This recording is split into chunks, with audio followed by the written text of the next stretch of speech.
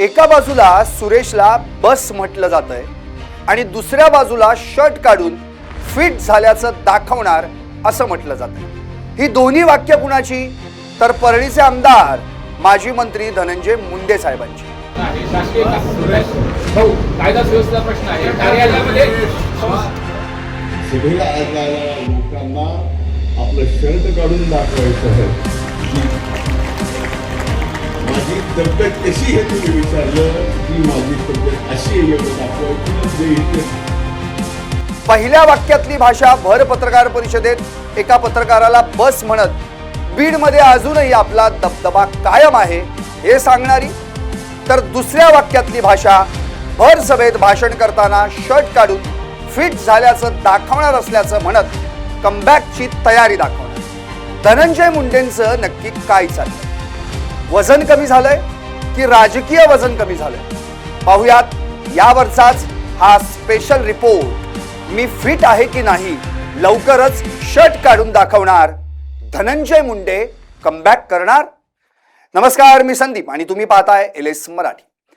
नाव धनंजय मुंडे, जिल्हा बीड, मतदारसंघ परळी, राजकीय घराणं काका स्वर्गीय गोपीनाथ मुंडे तर बहीण पंकजा मुंडे।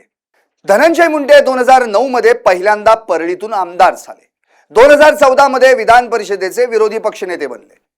2019 मध्ये महाविकास आघाडीची सत्ता आली आणि सामाजिक न्याय मंत्री झाले। पुढे बीडचे पालकमंत्री झाले।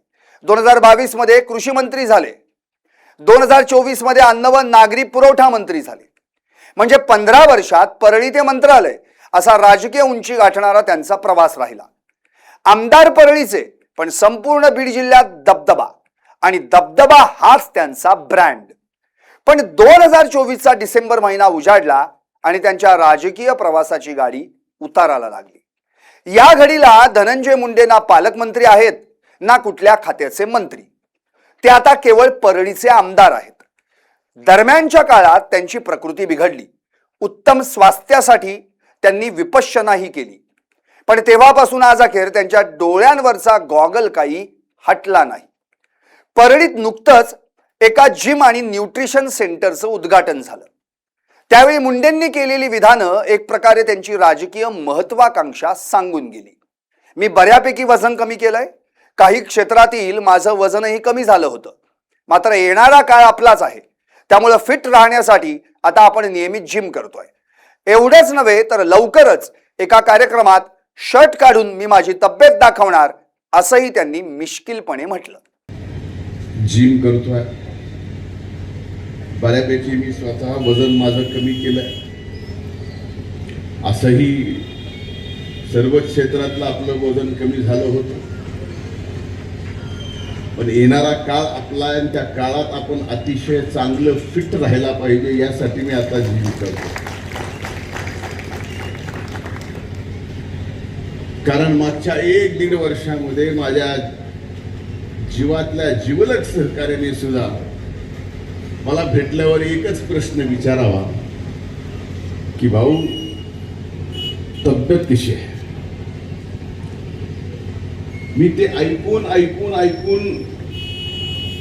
एवढं परेशान झालो होतो की मी म्हटलं आता आपण आपला चमत्कार दाखवावा लागेल। जिम करतोय,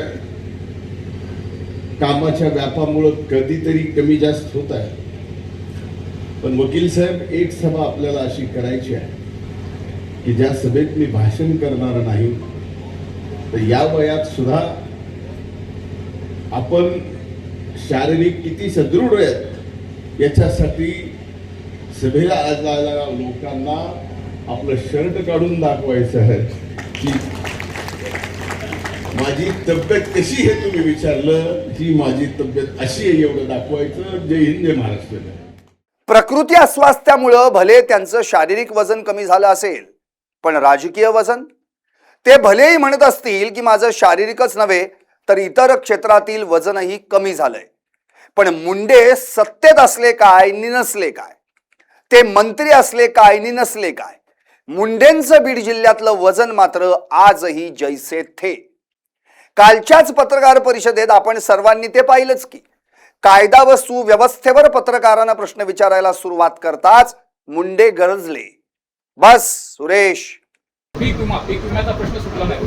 त्या संबंधी सुद्धा आमची काल चर्चा झाली आणि पुढील कारवाई करण्यासाठी सूचना दिलेल्या आहेत. कायदा सुव्यवस्थेचा प्रश्न आहे. शासकीय कायदा सुव्यवस्थेचा प्रश्न आहे. कार्यालयामध्ये संस्था या त्यांच्या विधानांचा काय अर्थ निघतो? सरळ आहे.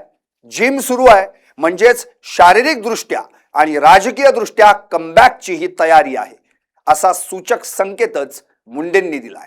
माझं शारीरिकच नव्हे तर राजकीय वजनही कमी झालं, पण येणारा काळ आपलाच आहे असं म्हणत जिमवर भर देतोय असं म्हटलं आणि वजनावरून राजकारणाचा टोला मारला. हा मुंडेंचा कमबॅकचा डिक्लरेशन आहे. हे अगदी क्लिअर कट आहे. बाकी काय? 9 डिसेंबर 2024 रोजी मस्साजोगचे सरपंच संतोष देशमुख यांची हत्या झाली आणि हीच घटना मुंडेंच्या राजकीय कारकिर्दीला ब्रेक लावणारी ठरली. संतोष देशमुख अपहरण आणि खून प्रकरण साऱ्या राज्यात गाजलं. ठिकठिकाणी निषेध आंदोलनं झाली, मोर्चे निघाले आणि धनंजय मुंडे यांच्या राजीनाम्याची मागणी जोर धरू लागली. मुंडेंच्या राजीनाम्याची मागणी होत असताना देखील त्यांना मंत्रिमंडळात स्थान देण्यात आलं. मात्र मुंडेंच्या राजीनाम्याची मागणी होण्यास मुख्य कारण ठरला तो संतोष देशमुख हत्या प्रकरणात मुख्य आरोपी म्हणून अटक करण्यात आलेला वाल्मिक कराड. वाल्मिक कराड म्हणजे धनंजय मुंडे यांचा निकटवर्तीय. अखेर मंत्रिमंडळ स्थापनेनंतर अवघ्या 2.25 महिन्यातच म्हणजे 4 मार्च 2025 रोजी मुंडेंना अन्न व नागरी पुरवठा मंत्रिपदाचा राजीनामा द्यावा लागला.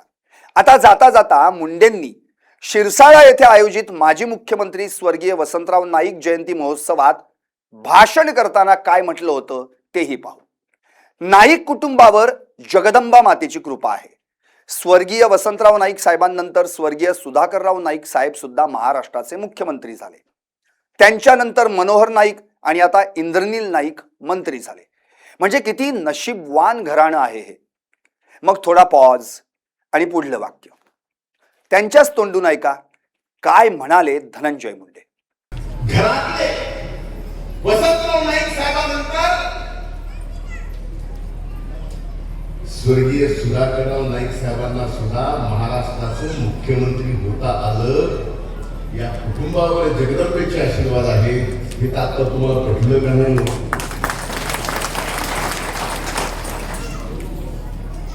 त्याच्यानंतर आदरणीय मनोहर नाईक साहेब आणि आता स्वर्गीय अजितदादांनी माझे जीवलग मित्र इंद्रनील नाईक साहेबांना या ठिकाणी महाराष्ट्रात मंत्री केले. म्हणजे किती नशीबवान घटना. बाबूसिंग महाराज, आम्ही किती नशीबवान दोघं आहोत आम्हाला माहिती. पण हे घराणे किती मोठं आहे. हा जो जगदंबेचा आशीर्वाद आहे. आज तुम्ही पूजक आहात. आम्हा दोघांना सुद्धा आशीर्वाद द्या.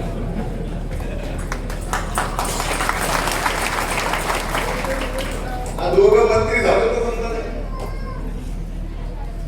एकाला घरी बसवलं. ऐकलत? ही होती धनंजय मुंडे यांनी भाषणातून बोलून दाखवलेली खंत. आता जाता जाता मुंडेंनी या दोन्ही कार्यक्रमांतून काय संकेत दिलेत तेही सांगतो आणि थांबतो. लवकरच एका कार्यक्रमात शर्ट काढून मी फिट आहे हे कळण्यासाठी माझी तब्येत दाखवणार हा पहिला संकेत. म्हणजेच काय तर मी अजून संपलो नाही हा मेसेज. आणि आम्ही दोघे बहीण भाऊ मंत्री झालो तर जमलं नाही, दोघांपैकी एकाला घरी बसावं लागलं हा दुसरा संकेत. म्हणजेच काय तर इतिहासाशी तुलना करून स्वतःचं भविष्यात सांगितलं. आता प्रश्न तुम्हाला, बीडला फिट बॉडी पाहिजे की फिट कायदा सुव्यवस्था? धनंजय मुंडेंचं कमबॅक होणार की सुरेश सारखे पत्रकार प्रश्न विचारताच त्यांना पुन्हा बस म्हटलं जाणार? तुम्हाला काय वाटतं? व्हा व्यक्त आणि पाहत रहा LS मराठी.